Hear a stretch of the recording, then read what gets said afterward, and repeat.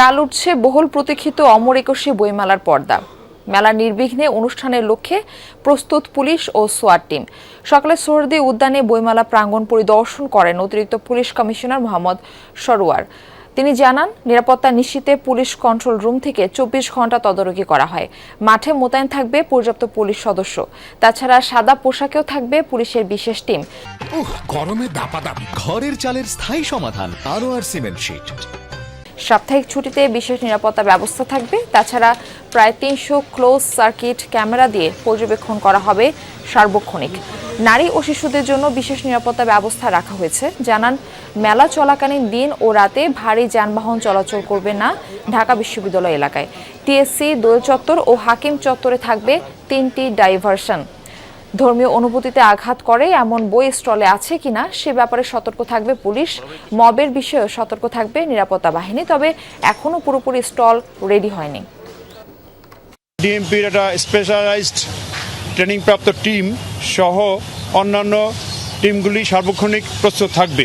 মেলা চলাকালীন সময়ে দিনে ও রাতে ঢাকা বিশ্ববিদ্যালয় এলাকায় কোনো ভারী যানবাহন প্রবেশ করবে না। নিরাপত্তা ও শৃঙ্খলার স্বার্থে বইমেলা কেন্দ্রিক কিছু ডাইভারশন ব্যবস্থা চালু থাকবে। অমর একুশে বইমেলার প্রস্তুতি সম্পর্কে জানাতে যুক্ত হচ্ছেন সহকর্মী সুমাইয়া ঐশী। তিনি আছেন সোহরাওয়ার্দী এলাকায়। ঐশী, বহুল প্রতীক্ষিত এই মেলা কেমন দেখছেন প্রস্তুতি? স্টলগুলো কি পুরোপুরি প্রস্তুত কিনা সব মিলিয়ে একটু জানাবেন।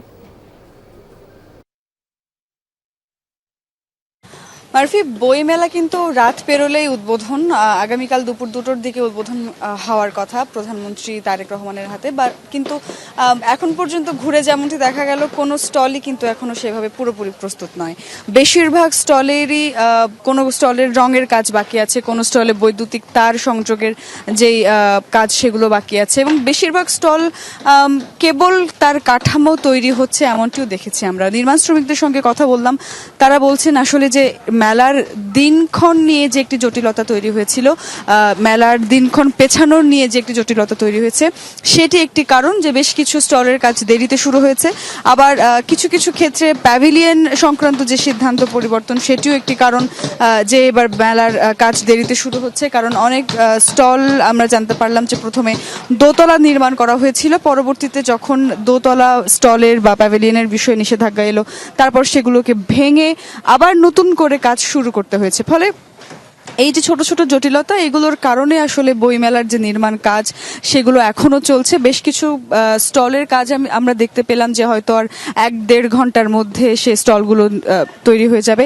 আবার কিছু কিছু স্টল নির্মাণ শ্রমিকদের সঙ্গে কথা বলে জানতে পারলাম যে আগামী 2 থেকে 3 দিন লাগতে পারে পুরোপুরি স্টল নির্মাণ হতে। ফলে বোঝা যাচ্ছে যে আগামীকাল বইমেলা উদ্বোধন হলেও আগামী বইমেলা চলার প্রথম 2-3 দিন হয়তো এরকমই হাতুড়ির টুংটাং শব্দ বা রঙের গন্ধের মধ্যে দিয়েই আসলে বইমেলা চলবে, তেমনটি বোঝা যাচ্ছে। তবে যারা প্রকাশক আছেন তাদের সঙ্গে কথা বললাম, যারা স্টল সংশ্লিষ্ট যারা আছেন তারা বেশ কয়েকজন স্টলের কাজের অগ্রগতি দেখার জন্য এসেছেন, তাদের সঙ্গে কথা বলছিলাম। তারা কিন্তু বেশ কিছুটা আশঙ্কায় এখনো পর্যন্ত আছেন। তারা বলতে চান যে যেহেতু রমজানের মধ্যে এবারে বইমেলা হবে, ফলে কতদূর তারা লাভ করতে পারবেন বই বিক্রি করে, সেই বিষয়টি তারা আশঙ্কা প্রকাশ করছেন। তবে তারা আশাবাদী থাকতে চান যে ভালো বইমেলা জমতে পারে এবার। ঐশী, আপনাকে ধন্যবাদ আমাদের সঙ্গে যুক্ত হবার জন্য।